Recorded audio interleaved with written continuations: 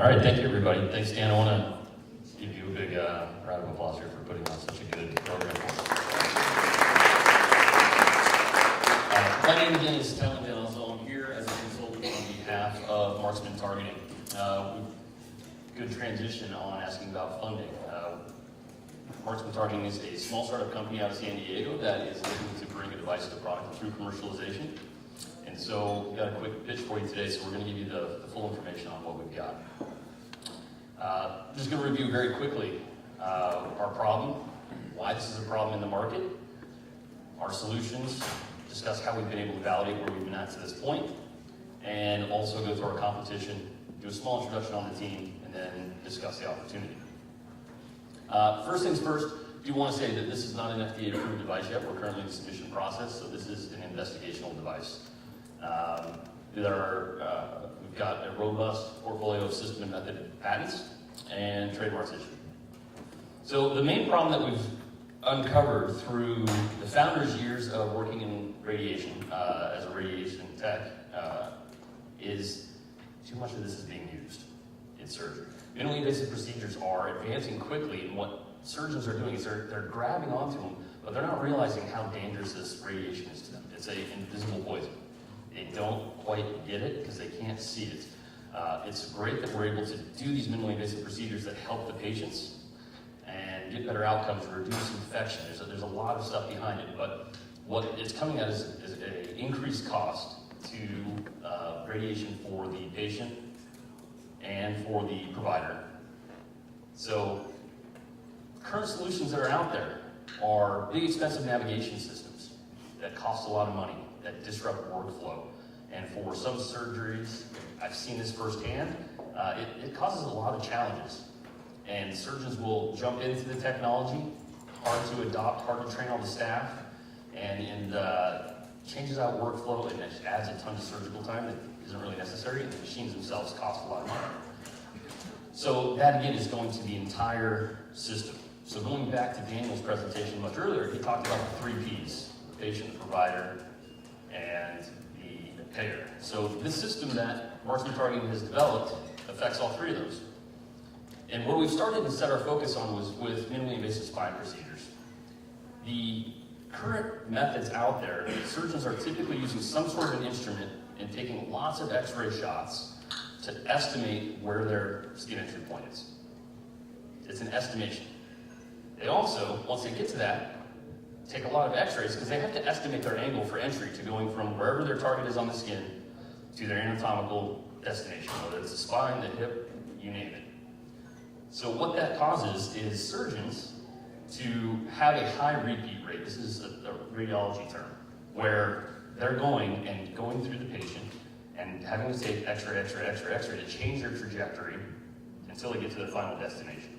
This is what's causing such a high increase in use of x-ray for these procedures. So our solution is turning the existing medical equipment that most of these facilities have, which is a C-arm, into an advanced guidance system. We have a 2-component device system. One is a collar device that goes onto the intensifier side of the x-ray machine. And what it does is it has a radio-opaque marker and a collinear laser that shoots in a line, in a plane, at about 180 degrees. And we also have a access needle that can coordinate and give angle feedback to the surgeon. It sounds pretty simple, but what we've been able to do is very explicitly, no matter what the type of procedure, know the exact skin starting point, know very close on our angles of entry for trajectory, and because of that, we're reducing the repeat rate in the procedure, where it can potentially lead to much less x-ray exposure to the patient and the provider. So with that, it's going to decrease surgical time as well.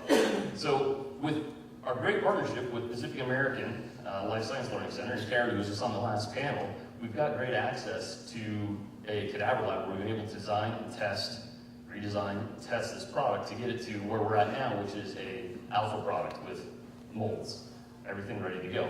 We've been able to test this data and collect it for surgeons of all different ranges, from attendings to fellows to residents. And what we're seeing for no matter the procedure we're trying to tackle, we're reducing the amount of x-ray shots by at least half. That's a big number. surgeons today, if they continue with what they're doing, they'll hit their lifetime exposure for radiation within about 10 years. After that, it's less safe, very unsafe for those surgeons to keep doing these procedures. So with surgeons I've worked with in the past, they said, if you just save me one x-ray shot over my career, that makes a big difference. We're doing 50% or more with this technology. And what's great about it is it comes at a pretty low cost. Instead of bringing in a new robot or a navigation system and software platforms that can have bugs that go wrong or fall or are not delivered, we use systems that the fluoroscope tech already knows how to use. They're very comfortable. We're using the CR. We're not training them on some whole new workflow process. The surgeon, every surgeon is very comfortable with an access needle. We're not giving them something so hard and challenging to learn that, again, we found that the learning curve on this was 3 procedures. They got this one, 3 procedures. And by the 3rd procedure, the surgeons understood how to use the 2 devices and work through our process and our method, where they were having 0 bedside fluoroscopic shots, meaning that they could move away 6 feet away or more, where they're not getting any exposure. So technically, for the provider, we had one doctor come and say, wow, we don't even need to wear lead anymore. We're not going to say that, and that's not part of our claim, but that was a really cool compliment for us to hear that, wow, maybe we don't need to wear lead anymore if we create a safer method with systems that are already in place. So the current navigation and robotic systems aren't ready for prime time. I put that term in there and capitalized prime time because I was at a conference in UCSD where a very well-known key opinion leader surgeon came in, and that was the title of his presentation for the entire ortho bureau group for UC. And I've worked for companies that have had some navigation systems and robotic platforms, and I agree with that doctor. I think there's still a lot to go into that space, and not wanting to, I'm not saying don't push forward in those, but we have a very clever, simple solution that comes at a low cost, because surgeries are also moving to ambulatory surgery centers versus hospitals in a lot of procedures. New CPT codes are approved for site of service 24 locations in surgery centers, and these surgery centers typically don't have the large capital budget to buy a $1 million robot. So we fit in there on the cost. So our current business model is we're going to have a first install in IRB right here at UC Irvine with our orthopedics department. We're going to expand them through the UC system, then push into ASCs and a limited beta. And then our idea is not to recreate a wheel or have a very expensive cost with sales and building a sales team.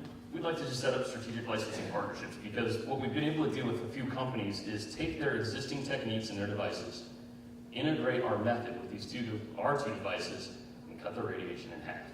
So all of a sudden, these call them tier 2 players that are trying to go after some of the larger players are getting really excited about, now we have a differentiator for something that could be kind of considered a commodity, because it's not in the device, it's not in the widget, it's in the process. So we can dissect this a little bit, but basically we're kind of comparing ourselves to the freehand surgical technique that the doctors are already using right now. We know that we use a lot less radiation. But we're comparing ourselves to these navigation and robotics systems. And where do we get them every time is on cost and workflow. Where we also get great advancements is in the radiation exposure to the patient. We're equivalent a lot to the surgeon, but for the patient, they're not going to have to go through an intraoperative CT to have that navigation system work. That is a lot of radiation for these patients that might not be necessary. I've been in plenty of these procedures where something goes wrong with the system and they have to scan again. And then they do one at the end to confirm that everything's in the right place. That's 3 CTs that patient just received when it's not totally necessary, when you can use a low-dose fluoro protocol on our device. And we come in again at a much lower cost. So that's taking care of that payer side of it, where we're using existing equipment from the hospital and giving it more life, but with a lot better purpose. So we're running a real lean team here, so we're just getting through our startup here. We're outsourcing as much as we can to the appropriate professionals that are the experts in their space. So where I finish is the opportunity. Right now, we're looking to raise $1 million through a convertible note in order to execute our commercialization and get us across the line, still what we're calling in a seed round.